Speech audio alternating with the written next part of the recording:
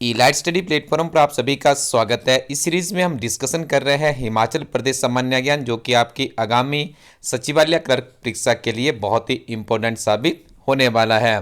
तो ये वीडियो की शुरुआत करते हैं कुछ सिंगल लाइनर क्वेश्चन से। इसके बाद हम एक वीडियो आपको और देंगे इस तरह का, उसके बाद ये सीरीज खत्म हो जाएगी। उसके बाद आगे नेशनल जीके की तरफ हमारा कार्यक्रम में बढ़ेगा। पहला प्रश्न है, ऋग्वेद में हिमाचल को किस नाम से इंगित किया गया है? तो आप याद रखिएगा, ऋग्वेद में यदि आपसे पूछ लिया जाए विशेष तौर पे, तो आप उसका उत्तर करेंगे हिमंत के नाम से हिमाचल प्रदेश को इंगित किया गया है। ऐसे भी हिमाचल प्रदेश को देवभूमि, फलों के राज्य इत्यादि विभिन्न तरह के नामों से भी जाना जाता है।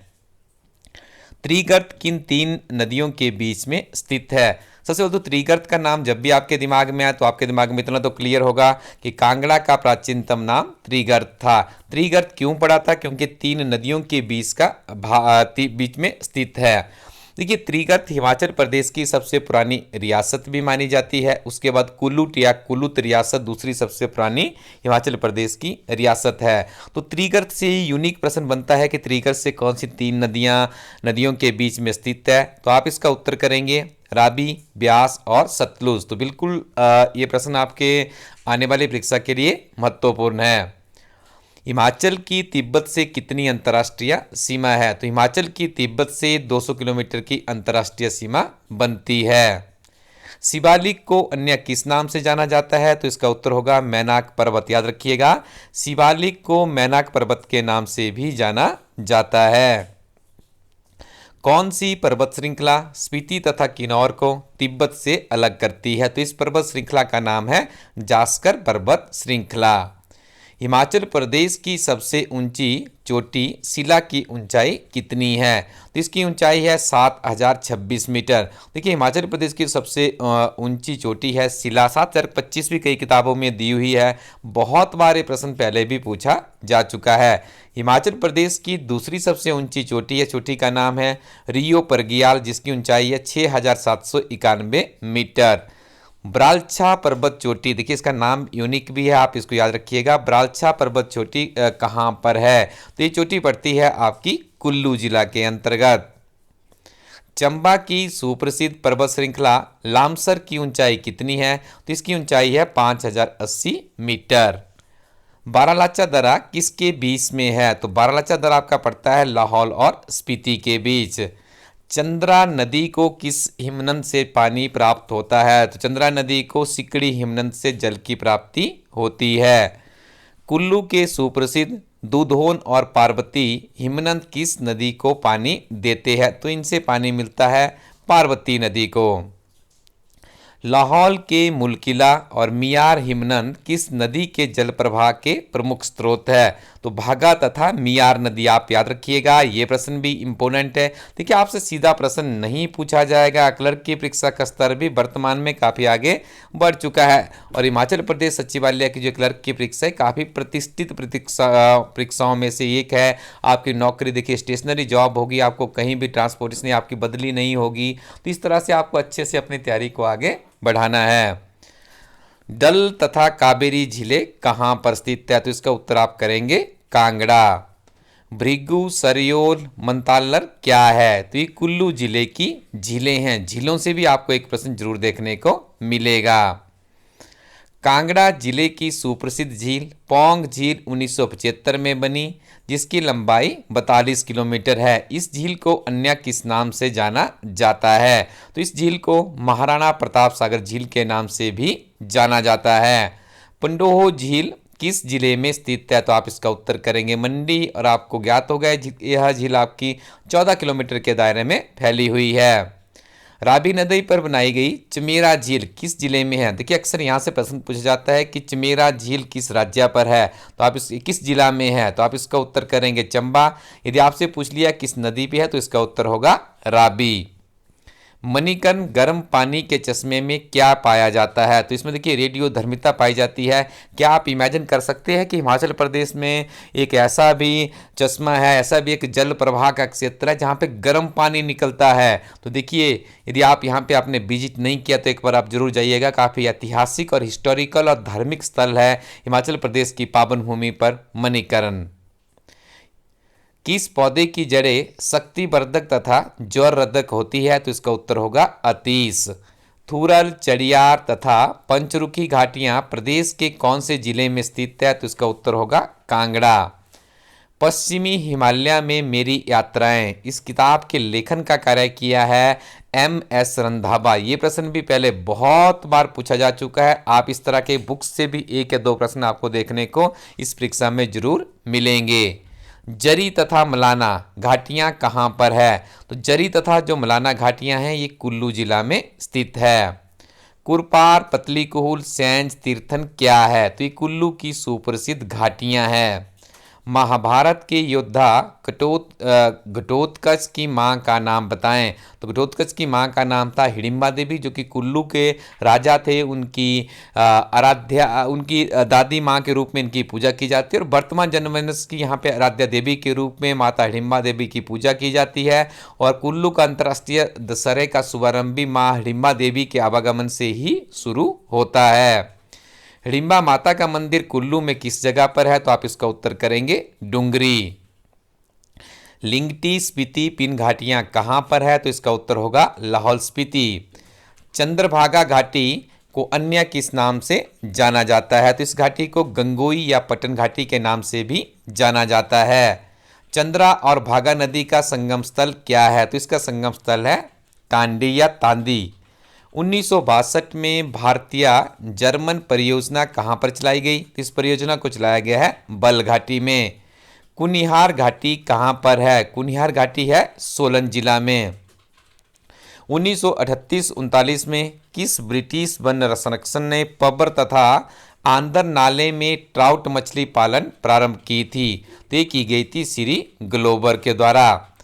किन्नौर की सुप्रसिद्ध बसपा घाटी को किस नाम से जाना जाता है? तो आप इसका उत्तर करेंगे सांगला घाटी।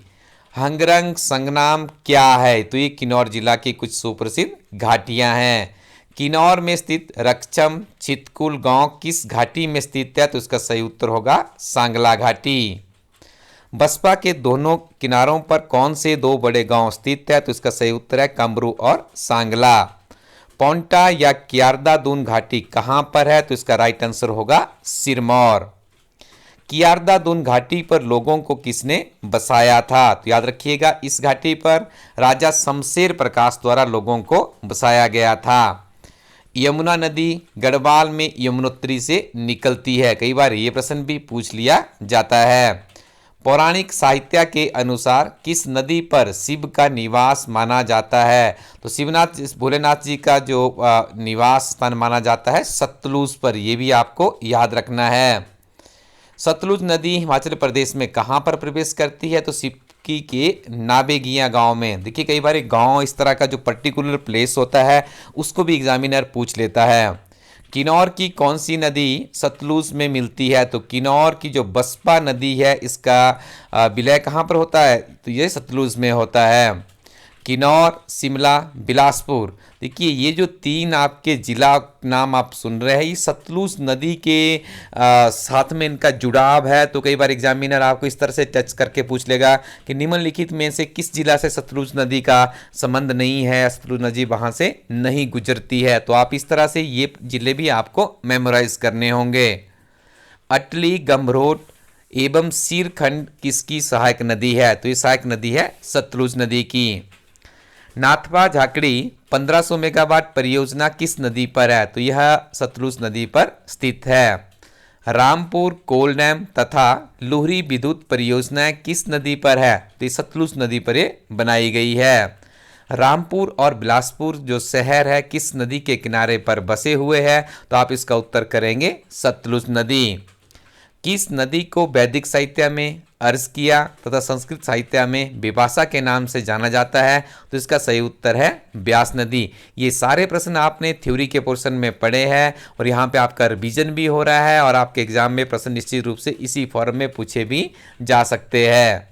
पीर पंजाल पर्वत श्रृंखला पर स्थित ब्यास कुंड में से कौन सी नदी निकलती है? तो यहाँ से ब्यास नदी निकलती है। ब्यास नदी हिमाचल में कितने किलोमीटर तक बहती है? तो इसका सही उत्तर है 256 किलोमीटर। मिर्थन नामक स्थान पर कौन सी नदी पंजाब में प्रवेश करती है? तो मिर्थक नामक स्थान पर पंजाब में प्रवेश करती है ब्यास नदी। ब्यास नदी किस स्थान पर सतलुज नदी में विलय हो जाती है? तो इसका सही उत्तर है हरिका पतन। हमीरपुर की कुनाहा और मान किसकी सहायक नदियां हैं? तो ये सहायक नदियां हैं ब्यास नदी की। कांगड़ा की बिनबा, बाणगंगा, बनेर, गज, चक्की, नयोगल किसकी सहायक नदियां हैं? तो ये सहायक नदियां हैं ब्यास नदी की। ब्यास नदी पर कांगड़ा में कौन सा बांध बनाया गया है? तो इस बांध का नाम है पौंग बांध। बजौरा, औट, सुजानपुर, टिहरा, नदौन तथा देहरा गोपीपुर कस्बे किस नदी के किनारे पर बसे हुए हैं? तो आप इसका उत्तर करेंगे ब्यास नदी। देखिए, जो हम आपको यहाँ पे सामान्य ज्ञान की सीरीज चला रहे हैं, ये हमारी सारी जानकारियाँ आपको इला स्टडी की एक बहुत ही बेहतरीन बुक है, जिसके आप यहाँ पे नोट्स देख रहे हैं। उसी किताब के नोट्स है। इस किताब में आपको कंप्लीट इस परीक्षा का जो सिलेबस है वो आपको अवेलेबल करवाया गया है। साथ में आपको इस किताब में और जो पिछले 14 वर्षों के प्रश्न पत्र है, इसके अलावा और भी बहुत सी महत्वपूर्ण अध्ययन सामग्री हमारी टीम के द्वारा इस किताब में संग्रहित की गई है। तो ये सारी इस किताब को दिया आप अच्छे से एक बार रिव्यू कर लेते हैं। निश्चित तौर पे यहाँ से बहुत से प्रश्न रिपीट भी होते रहते हैं, तो आप उनका भी लाभ उठा सकते हैं। थोड़ा सा ये वीडियो हमारा इसका जो कंटेंट्स है स्किप हो गया, तो जब तक मैं इसको रेक्टिफाई करता हूँ तो आपको ये महत्वपूर्ण जानकारी दे देता हूँ कि इस किताब के साथ आप प्रीवियस पेपर की स्टडी करेंगे, जहाँ से आपको पता चलेगा किस तरह से आपको एग्जामिनेशन में तैयारी करनी है। आगे देखिए, ओल्ड क्वेश्चन पेपर पढ़ने से एक चीज़ का पता चलता है कि एग्जामिनर किस तरह के प्रश्न वहाँ पे पूछ रहा है, क्या उसके पूछने की विधि है, किस चीज़ से कितने प्रश्न, उसका स्तर क्या है। ये सारी चीज़ें आपकी ओल्ड क्वेश्चन पेपर से ही क्लैरिफाई होती है। उसके बाद उसी के अनुरूप देखिए यहाँ पे सिलेबस बनाया गया। इस किताब में आपको एक भी ऐसी कोई भी चीज़ एक्स्ट्रा नहीं मिलेगी जो कि आपके काम की नहीं होगी। सारी की सारी पॉइंट टू पॉइंट नोट्स की फॉर्म इस किताब में ये सारी सामग्री डाली गई है, ताकि आपको लाभ मिले। निश्चित तौर पे आप लाभान्वित हो, ताकि क्लर्क की परीक्षा की जो आपकी जर्नी है वो सरल हो सके। ये जो आप यहाँ पे देखिए, मैं इसको स्क्रॉल कर रहा हूँ, ये पूरी की पूरी किताब है आपकी 391 पेजेस की। इसी किताब से हम आपको ये अध्ययन करवा रहे हैं, ताकि आपकी तैयारी अच्छे से आगे बढ़ती रहे।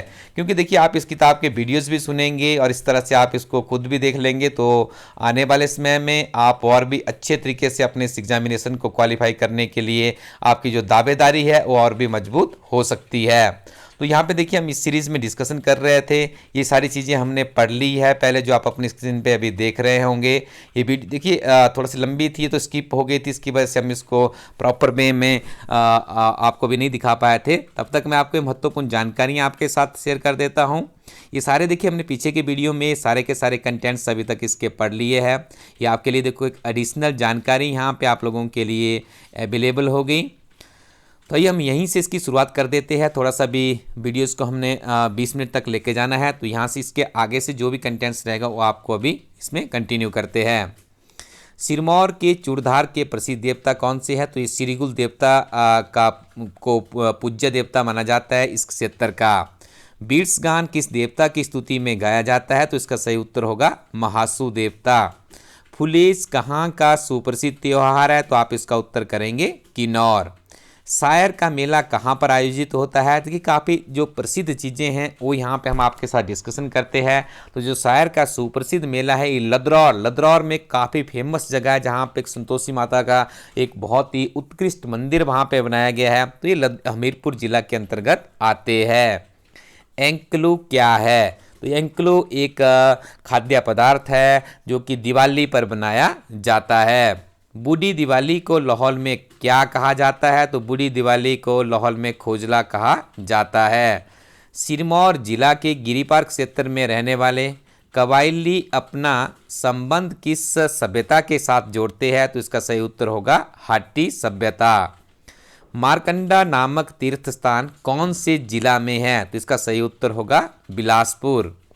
कुल्लू के राजा जगत सिंह का संबंध किस ब्राह्मण की आत्महत्या के साथ में जोड़ा जाता है? तो इसका सही उत्तर है ब्राह्मण दुर्गादत्त। राजा जगत सिंह ने अयोध्या से त्रेतानाथ मंदिर से भगवान राम की प्रतिमा लाने के लिए किसको भेजा था? तो इसका सही उत्तर है दामोदर दास। कुल्लू दशहरे का प्रारंभ किस शताब्दी में किया गया? तो इसका शुभारंभ हुआ है 17वीं शताब्दी से। रघुनाथ जी के सम्मान में ही राजा जगत सिंह ने किस वर्ष दशहरे को प्रारंभ किया था? 1660 ईस्वी में से शुरू किया गया था। हिमाचल प्रदेश में सम्मिलित होने के बाद कुल्लू का पहला दशहरा किस वर्ष आयोजित किया गया था? तो इसका प्रथम बार आयोजन किया गया था अक्टूबर 1967 में। पीपल जातर मेला कहाँ पर मनाया जाता है? तो इसका उत्तर होगा ढालपुर कुल्लू में। सुलुनी मेला कहाँ पर मनाया जाता है? तो इसका सही उत्तर है सोलन। कुल्लू के सुप्रसिद्ध धार्मिक स्थल श्रीखंड महादेव की ऊंचाई कितनी है? तो इसकी ऊंचाई है 18,570 फीट। मिंजर मेला किस जिले का सुप्रसिद्ध मेला है? तो right answer is here Chamba. अंतर्राष्ट्रीय शिवरात्रि मेला कहाँ पर मनाया जाता है? तो इसका सही उत्तर होगा मंडी। बाबा बड़भाग सिंह मेला कहाँ पर मनाया जाता है? तो आप इसका उत्तर करेंगे ऊना जिला। मार्च महीने में रामपुर में कौन सा मेला बनाया जाता है? तो इस मेले का नाम है फाग मेला।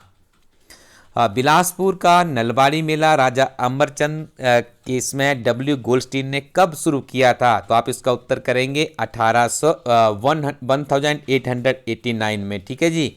दियोरसद मेला कहाँ पर मनाया जाता है? तो इसका सही उत्तर है साहतलाई बिलासपुर में।